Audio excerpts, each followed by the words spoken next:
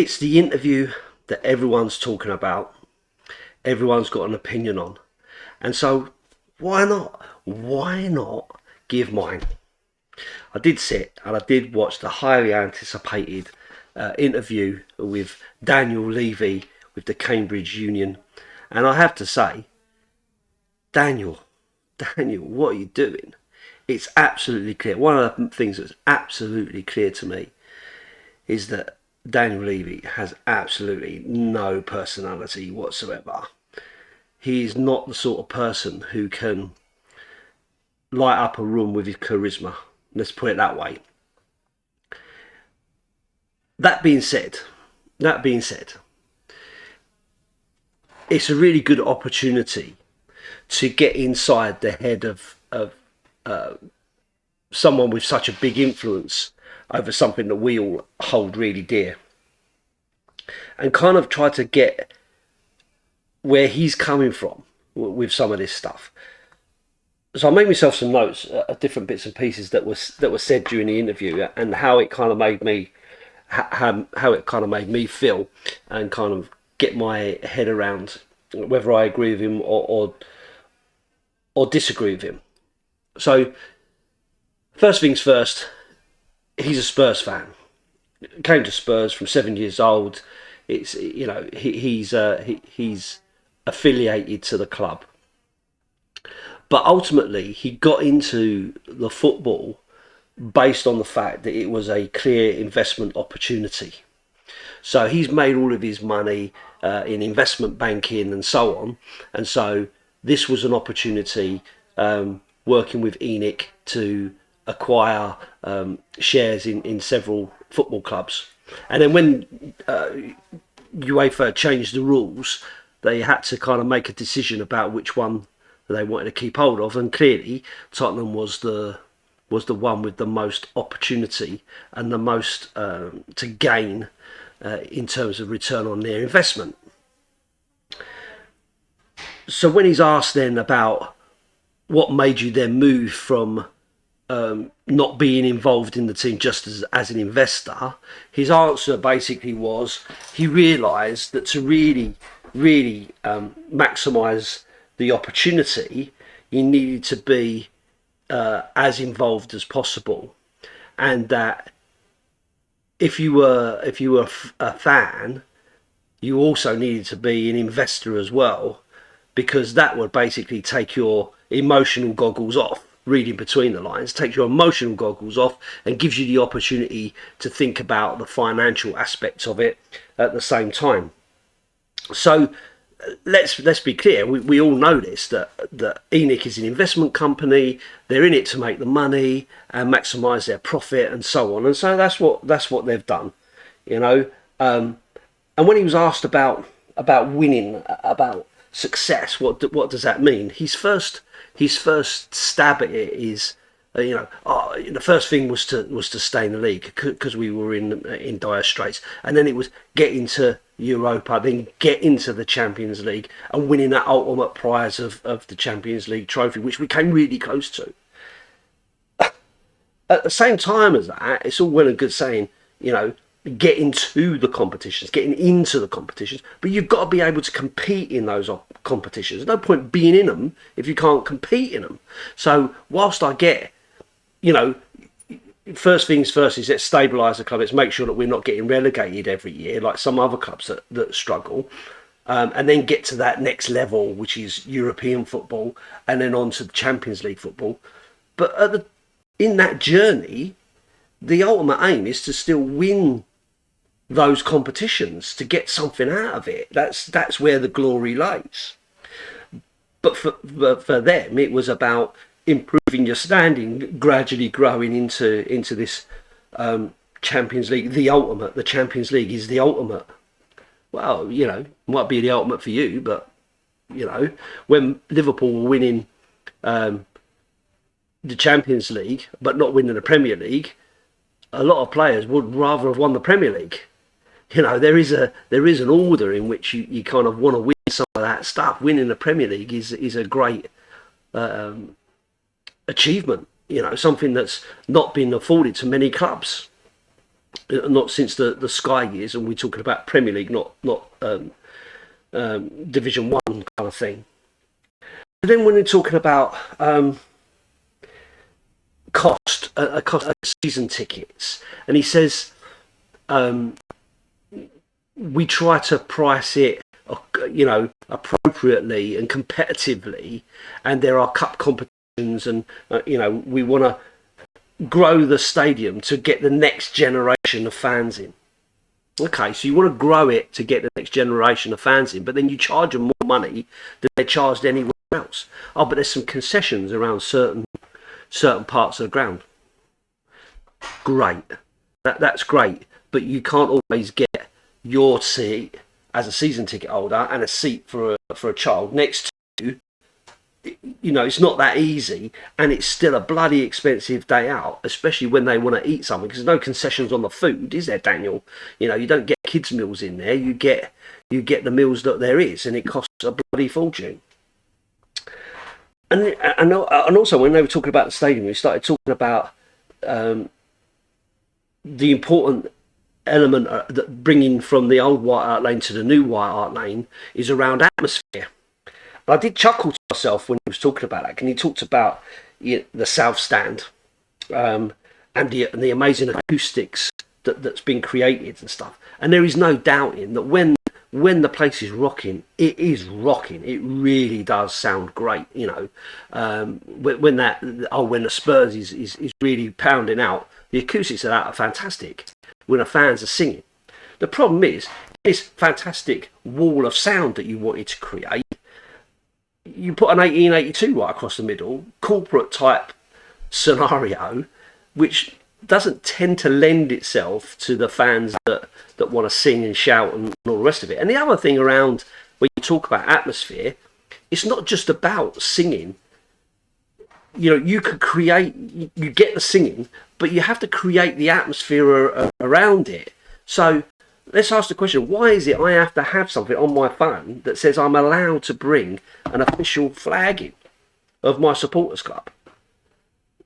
Why do I need to do that? Why can't I just bring a flag? Oh, because you might hang it somewhere that cuts out some advertising. What? You can see the advertising all around the ground. It's all on the telly all over the place and stuff. And people watching the football, they're not looking at the adverts. Excuse me. They're not looking at the adverts. They're looking at the flags. They're looking at the fans. They're looking at the atmosphere. There's nothing duller, from COVID when the stadium was empty. There's nothing to cut to when the players score, of the fans going mad and shouting and all the rest of it.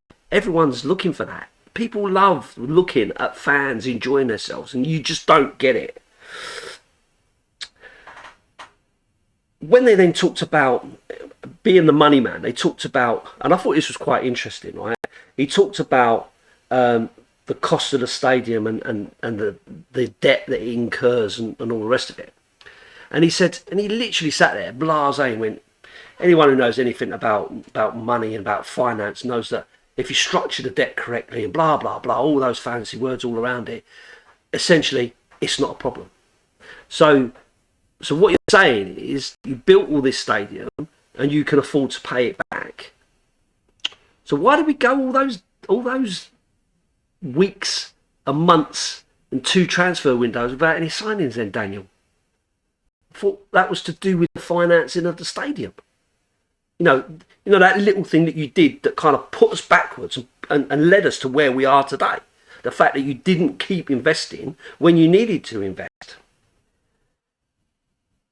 One of the other interesting things that he kept saying when he was talking about, there was a thing about the club having lots of history and being successful in the past and stuff. He kept referring to it as it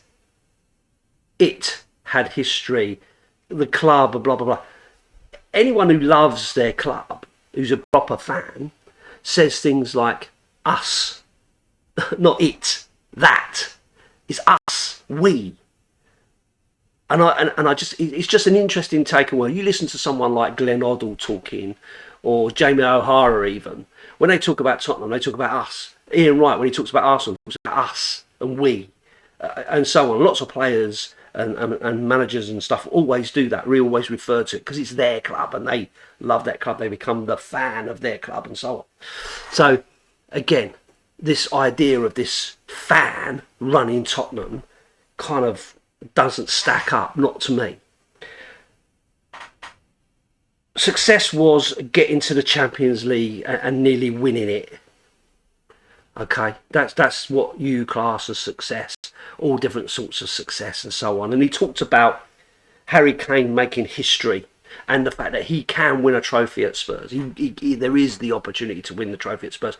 I agree with that. I do agree with that because Harry Kane has to take a level of responsibility that, you know, he has got to some finals. He has been at semi-finals. He's never made it to that next when it's really, really needed to actually get us across the line. To, you know, when you look at Ronaldo, where he drags the team through to win stuff, and players of that nature, Thierry Henry, and you know, all these great players that have kind of really brought the club with them, dragged them to the thing. Wayne Rooney's another one who you can kind of shout out. David Beckham maybe, and he talked about, you know, success for Harry Kane. He doesn't necessarily have to win trophies to be a legend, and that I do agree with. That's the point I've made several times over about the fact that he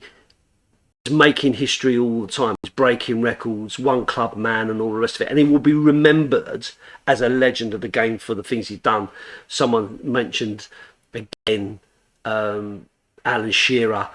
Is he remembered as a legend for winning the title with Blackburn, or is he a legend of the game because of his goal scoring record?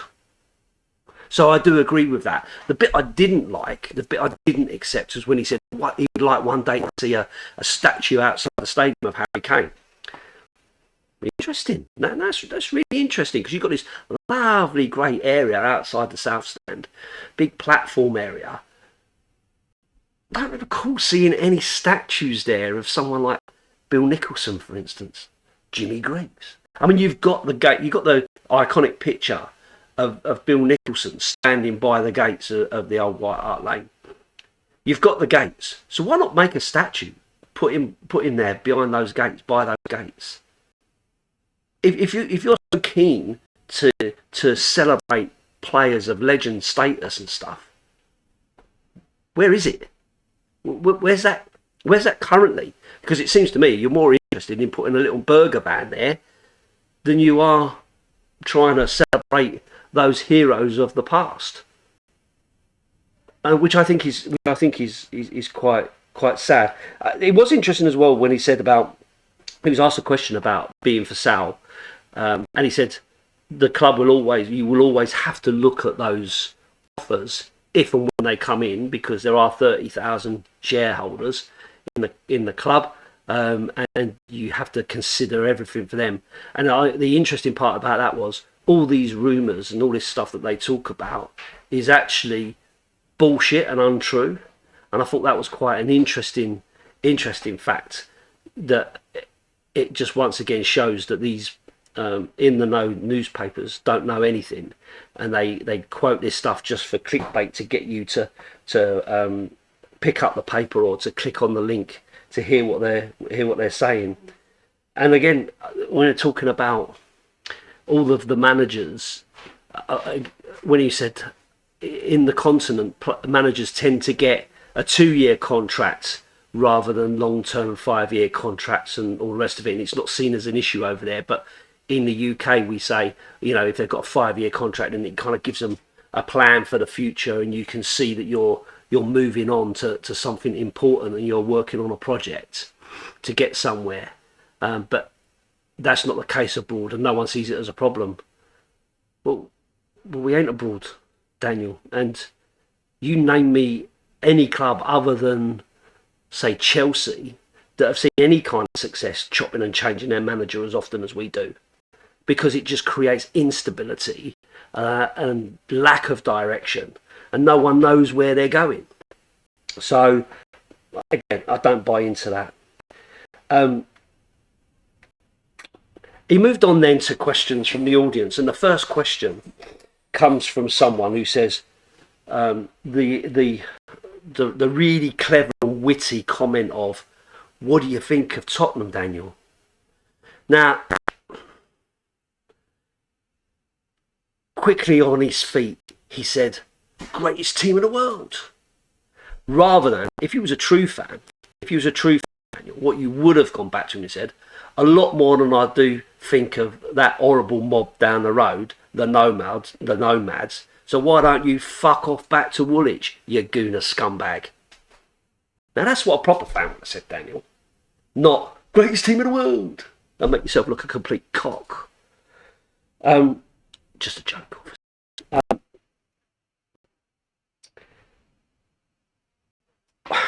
This was a really interesting thing because he said, how do you think Spurs fans will perceive you? How do you think they perceive you, and so on? And this one's been quite sort of widely talked about. And he said, I'd like to think that the Spurs fans will think that I've left the club in a far better place than when I found it, and that everything I do is for the benefit of the club. And I think there was a time when people would have felt like that. There is a time where people would have gone, you know what? If it wasn't for Enoch and it wasn't for Daniel Levy, he's done some good stuff for the club and all the rest of it. But for the last sort of few years, certainly since Pochettino went, I think that any legacy that Daniel would have had is being killed. His stubbornness and his stupidity about keeping moving on managers and changing things and not spending when it really needs to and so on, he's just killing it. The man is seen as an enigma. Jesus Christ, put your teeth in, Lee. Enigma. And this is clearly why. This interview kind of proves why he doesn't do the stuff that you'd want to see, you know. Because he is a poor communicator. He has no personality. And so it's probably better that he doesn't come and speak to the fans as regularly. And maybe this is where this Scott Munn situation comes from, where he's going to be Levy's number 2. So maybe he's, for all football matters, and Levy's going to look at the bigger picture of the go-kart track, I don't know, the hotel and blah, blah, blah. But then he can go to Scott and go, right, where are we with this? What are we doing about that? Because there's so much to concern yourselves with. And maybe he will be a better communicator. Maybe he will be able to give us a better vision. Maybe he will be able to give us the direction of where we're going, rather than us sitting here all the time. We're in absolute crisis and no one knows what's around the corner. So I think if he ever had any kudos or good feeling from the fans, he's killing it, absolutely killing it over the last sort of 5 years since Pochettino left. I think Pochettino probably helped his standing until he stopped buying players, and then, you know, but he essentially killed it, and it's been disaster after disaster ever since. One crisis and catastrophe following the next. They kind of moved on then and started talking about ticketing prices, and he said, you have to balance it off with having the best stadium in the world, with the best talent, paying the best wages. And I thought, so essentially what you're saying to us, Daniel, is that we've got to pay for that. It's us that's got to pay for it. You know, if we basically shut up, because we're giving you the best talent that we can, given the money that you spend. So basically, that's why you pay the money, because, you know, we're paying these guys really good wages, and we're trying to get the best talent. And look at the stadium, look at the great facilities you've got there. You know, got these big comfy chairs with loads of leg room, and you can really sing loud and blah blah. Is any fan even interested in that? And we all know that you earn more money from the television rights than you do from the fans in the stadium anyway on ticketing prices. Ticketing means nothing. It's more about how much we spend in the stadium on beer and food and that kind of crap that actually is where you're focusing. So in terms of ticketing prices, it's just a bulk standard, be happy with what we're giving you kind of statement. And then he did exactly the same when we was talking about loyalty points. He gave no answer. He just fudged it and went, supporters club, agree with it. Well, it don't answer the question, does it? Like, what can you do about it? Because a fan like me who goes to all the home games can't get a ticket for an away game. I get tickets for away games if I get tickets off of somebody else who's going to get the loyalty points, so they can still get the tickets. So there's no opportunity for me to actually earn those ticketing points. So there should be, at some point, somewhere along the line, an opportunity. And he talked about, oh, well, you know, you can get them from cup games and the rest of it. Yeah, if you're still in the cups, Daniel, if you're still in the cups, you might be able to get some tickets. But if you keep getting fucking knocked out at early stages, who can afford to go to all of those in the middle of the week, from Dorset to London twice a week? You've got absolutely no idea what it takes for a fan, the ordinary fan, and I'm not just talking about me from Dorset, but from wherever, because the fans don't live in Stamford Hill anymore, Daniel. They live all over the country, they live all over the world, and they show huge commitment to continue to support this club. And you don't think two bob of them. That's how I felt. Then we talked about 3 p.m. kickoffs, which I think is such a great conversation, because when they talk about that, they always talk about looking after the fans in the ground and making sure that you don't stop the fans going to the ground. And that only happens at 3 o'clock, does it? That only happens at a 3 o'clock kickoff, because we play at 12:30, 2 o'clock, 4 o'clock, 4:30, 8 o'clock. All these different times at night, at day, in the mornings. Stadium's full. If you're providing the entertainment, the fans will keep coming. I would rather watch the football in the stadium than I will on the TV. So your argument is bullshit. It's bullshit. The 3 p.m. kickoff should be available. This is the only country in the world where you can't watch live football at 3 o'clock in the afternoon. You go to any bar in any country while you're on holiday, you can watch any of the games. There are sports bars in Spain and Cyprus and places like that where you can walk and see a bank of TVs with every game on it, every 3 o'clock kickoff, if there are any 3 o'clock kickoffs. You can watch them all. Not in the UK. It's bullshit. It's bullshit. And it's just another fudge response. And it's just a ridiculous scenario. And then the final bit that I kind of wanted to touch on was where he talks about there's no link between spend and success. What the hell are you talking about? What the hell are you talking about? Of course there is a link. All the teams that have won all the major trophies from this country have all been heavily invested into something. You get a fluke odd opportunity for someone to win something at a Leicester or something like that. But it's nonsense. When people talk about Blackburn, don't think about Blackburn where they are now. Think about Blackburn at the time. They were heavily invested in by Jack Walker. He bought all the best players that he could and assembled an expensive squad that went on to win the Premier League. You know, it's just an absolute nonsense and a fudge and an opt-out.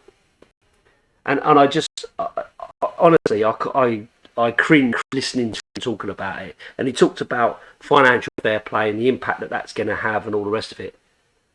Okay.